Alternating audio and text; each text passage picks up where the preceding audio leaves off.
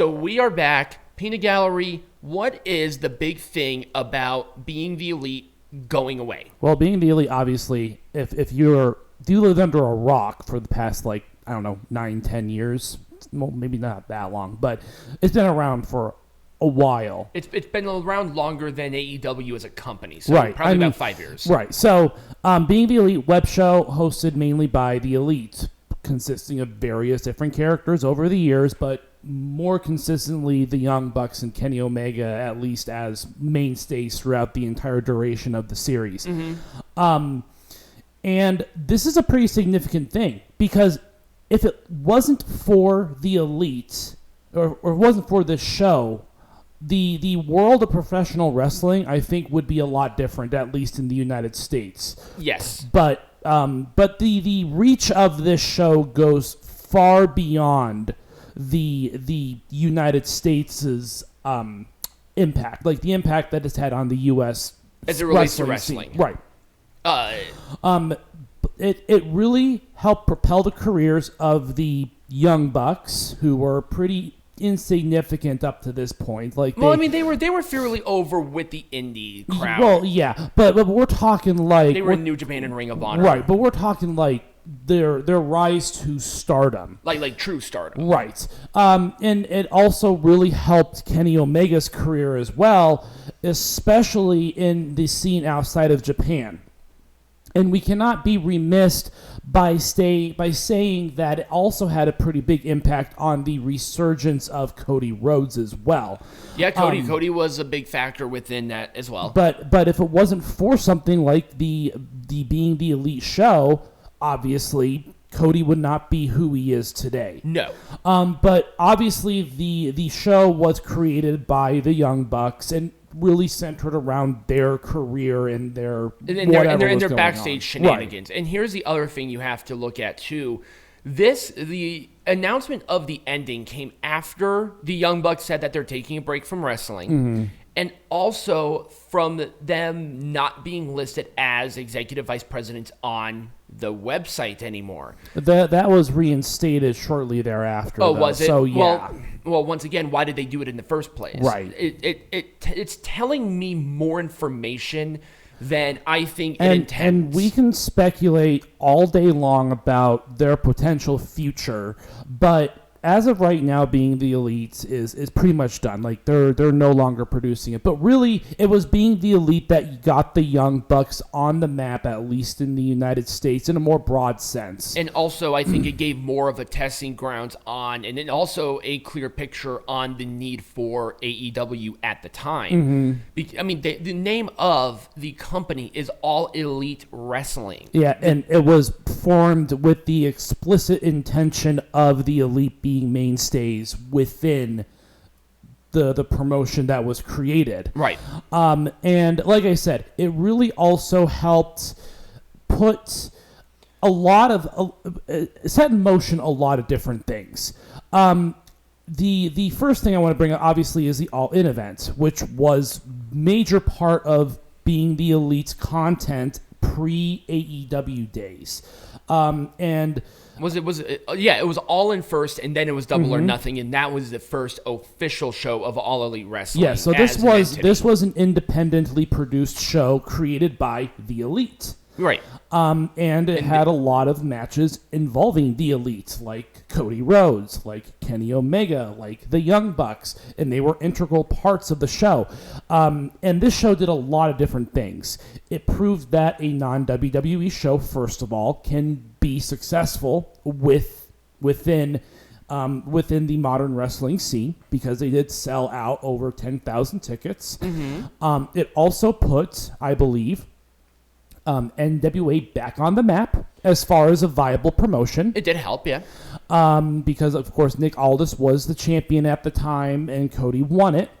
It really helped revamp the career of Cody Rhodes, and it really helped bring attention to the scene of wrestling outside of WWE. A lot of the original AEW stars were mainstays on Being the Elite, and they really started promoting them heavily on Being the Elite. Yep. It was a kickoff platform for a lot of who like SCU, like you said, Cody Rhodes, the Young Bucks, really giving it that clear picture of that need for that big alternative. Yes. And now look at where it is. And the alternative now has had backing at the time. The alternative finally got the investment it was looking for to create something that was actually viable as a promotion to compete on the level of WWE. And they were for a while there. They were for a while, but now it's not. And I think here's the thing about the announcement of Being the Elite is dead. I believe this is it. AEW has lost its heart. It's lost the identity that it was initially meant out to be. And it was really also this show that put New Japan Pro Wrestling on the map in the United States. Because all of this was taking place at the same time that Jeff Jarrett was really trying to push Japanese wrestling television into the States, for example. Jeff Jarrett produced, I think, the 2014 Wrestle Kingdom. Yeah, so it was at the very beginning, but it was really... I think it was only that 1 year, right. And then they stopped doing that, and then they made New Japan World. So, right. But this really gave a clear understanding of what Japanese professional wrestling is, because the Young Bucks, Kenny Omega, Hangman Page, Cody Rhodes, they all wrestled in New Japan. They were very, very popular with the American market, and without them, I don't think we would see enough of the New Japan stuff as a viable option. And I think, personally, I think that's what Stardom needs right now, but that's a conversation for another day. And, we also have to talk about Ring of Honor, because Ring of Honor was all starting to gain a lot of traction as a result of the Elite working in Ring of Honor. There were mainstays there too, like Adam Cole, Kyle O'Reilly. They were also on Being the Elite, and they're also part of the Elite. Right, and they were also on. They were also in WWE, and I think that really helped give exposure to those stars to then sign with NXT for a while and then go back out into the indies. And then, of course, Being the Elite was the launch platform for what became All Elite Wrestling. Like, this was literally the announcement video. Yep.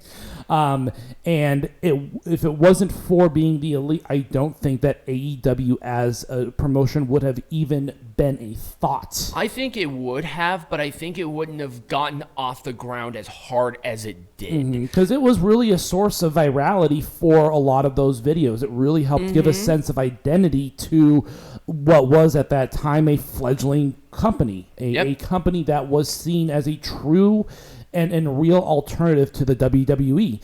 And for fans who were only exposed to WWE, I think that this channel in particular, this series, really revolutionized the way in which people view professional wrestling in the modern era. Right. I mean, it would not have been the same without it. And, right. I think that with this news coming out of them no longer doing it, I think it really sets a precedent that we are at the end of an era, at least as far as AEW is concerned.